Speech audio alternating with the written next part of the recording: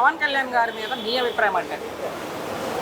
పవన్ కళ్యాణ్ మీద మనం ఏం చెప్పాలనేది ఇప్పుడు ఏంటంటే కూటమి ప్రభుత్వము దీనికి ఆన్సర్ ఏం చెప్పాలంటే ఏదన్నా చెప్పేది నా ప్రశ్న మళ్ళీ దాటి వెళ్ళిపోతున్నారు.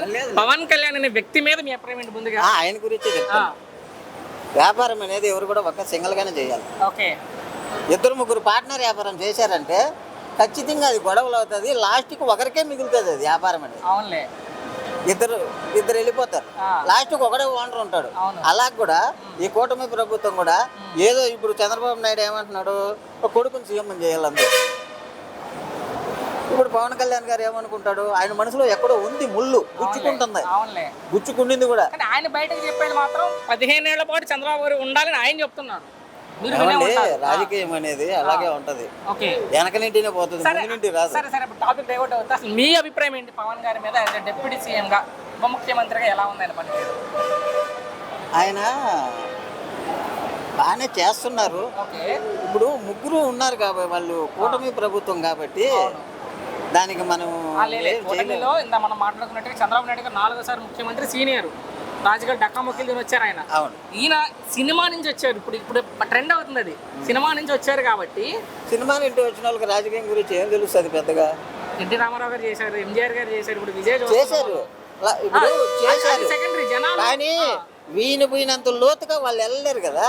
అది కరెక్టే, రాజకీయ సినిమా. కానీ వీళ్ళతో పాటు ఉండి ఆయన దగ్గర ట్రిక్కులన్నీ నేర్చుకొని ఒకవేళ సీఎం అవ్వదు. ఇప్పుడు అదే చేస్తున్నారు అంటున్నారు కొంతమంది. పవన్ కళ్యాణ్ గారు అదే చేస్తున్నారు, చంద్రబాబు మరి ఓర్పుగా ఎందుకున్నారు మరి పవన్ కళ్యాణ్ గారు? సరే, ఆయనకి ఇచ్చిన శాఖలకి ఎన్టీ రామారావు గారు సినిమా మంచి కళా పోషకుడు, చంద్రబాబు నాయుడు పక్కబడే తిరిగాడు, అన్నీ తెలుసుకున్నాడు, సీఎం అయ్యాడు.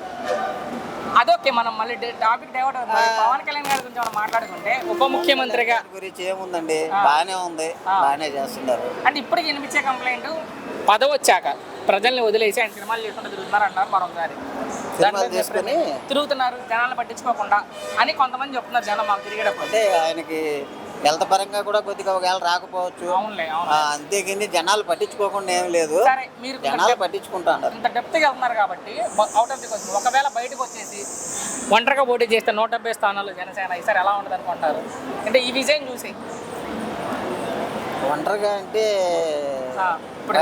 గెలిచారు కాబట్టి అవును 175 పోటీ చేస్తే జనసేన సొంతగా ఆయన ఆల్రెడీ ఇప్పుడు ఆలోచిస్తుంటాడు. నేను అదే అంటున్నా, చేస్తే ఆయన ఆల్రెడీ పవన్ కళ్యాణ్ గారు ఖచ్చితంగా ఇప్పుడు ఆలోచిస్తున్నాడు. తమిళనాడులో జరిగిన సిచ్యువేషన్ బట్టి పవన్ కళ్యాణ్ ఖచ్చితంగా ఆలోచిస్తున్నాడు. కానీ ఆయనకి ఏంటంటే కొద్దిగా డేరింగ్ అనేది నెక్స్ట్ అదే బాబు రజనీకాంత్ చేయలేకపోయారు. ఒకవేళ డేర్ చేసి 170 స్థానాల పోటీ చేస్తే, ఎందుకంటే కూటమి ప్రభుత్వంలో టక్కన బయటకు వచ్చేసి ప్రభుత్వం పెట్టారంటే జనాల్లో ఏమవుతుందంటే ఏంది ఇది ఇలాగైంది అని చెప్పి అది ఒకవేళ రావచ్చు, రాకపోవచ్చు కూడా. అంతే అంటూ. సో చివరిగా వ్యక్తిగతంగా తిట్టే వాళ్ళకి ఏం చెప్తారు? పవన్ గారిని కావచ్చు, చంద్రబాబు నాయుడు పక్కనే ఉండి కొద్ది రోజులు ఉండి తర్వాత ఇప్పుడు పవన్ కళ్యాణ్ గారు సొంతంగా పార్టీ పెట్టారంటే జనాల్లో కూడా రకరకాలుగా ఆలోచిస్తారు. అప్పుడు ఏమవుతుందంటే పవన్ కళ్యాణ్ గారికి దెబ్బ పడుతుంది. కానీ కొంచెం ఓర్పుగా ఉండాలి, ఆయన పక్కనే ఉండాలి, ప్రభుత్వం ముందుకు నడిపించాలి, ప్రజలకు మంచి చేయాలి. అన్నీ చేసిన తర్వాత ప్రజలు ఏం నిర్ణయిస్తారో దాన్ని బట్టి ఆయన నడుచుకోవాలి, ఆయన ఇష్ట ప్రకారం నడుచుకోవడం.